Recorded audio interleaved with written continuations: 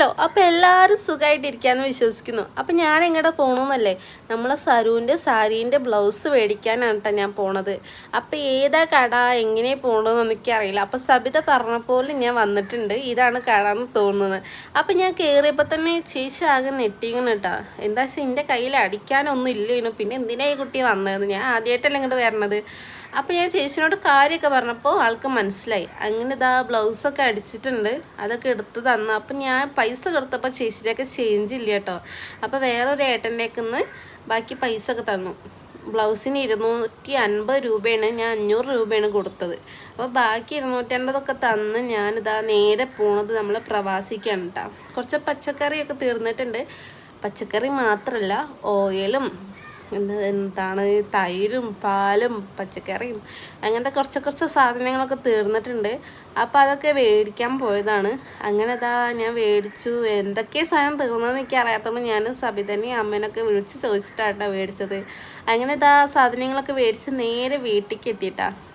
വീട്ടിലേക്ക് എത്തിയപ്പോഴാണ് അത് സംഭവിച്ചത്. നമ്മൾ ഇച്ഛാവ് അതാ മാറ്റണ്. എന്തിനാണെന്ന് എനിക്കറിയില്ല. എന്താ കാരണം വെച്ചാൽ എൻ്റെ ഏട്ടൻ്റെ കൂടെ എൻ്റെ അമ്മമ്മൻ്റെ വീട്ടിലേക്ക് പോവുകയാണ് ആൾ. ഞാൻ അറിഞ്ഞിട്ടില്ല, ഞാൻ അവിടെ എത്തിയപ്പോഴാണ് അറിയണത് കേട്ടോ. അങ്ങനെ അവന് പോയി.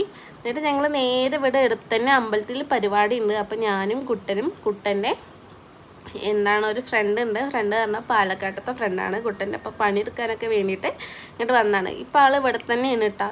അങ്ങനെ ഞങ്ങൾ 3 കൂടി പോയി. ഇതാണ് അമ്പലമല്ല, അമ്പലത്തിൻ്റെ ഫുഡ് കഴിക്കുന്ന സ്ഥലം കഴിഞ്ഞിട്ടാണ് അമ്പലം. അതാട്ടോ, നേരെ അതിൽ പോയി കയറിയത് ആരും പറയരുത്. അപ്പോൾ ഇതാണ് നമ്മളെ അമ്പലം കേട്ടോ.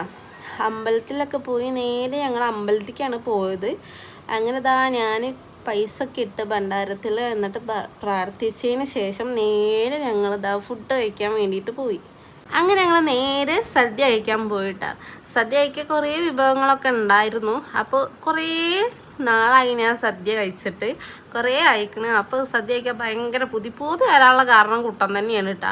എന്താ വെച്ചാൽ കുട്ടൻ പറഞ്ഞു, അമ്പലത്തിൽ പരിപാടി ഉണ്ട്, പൊയ്ക്കോ, ഇജും സബിതയും കൂടി പൊയ്ക്കോ എന്ന് പറഞ്ഞു. അപ്പോൾ സബിത ഇല്ലയെന്ന് പറഞ്ഞപ്പോൾ എനിക്ക് എന്തായാലും പറഞ്ഞു എനിക്ക് ഫുഡ് കഴിക്കാൻ ഭയങ്കര പുതി.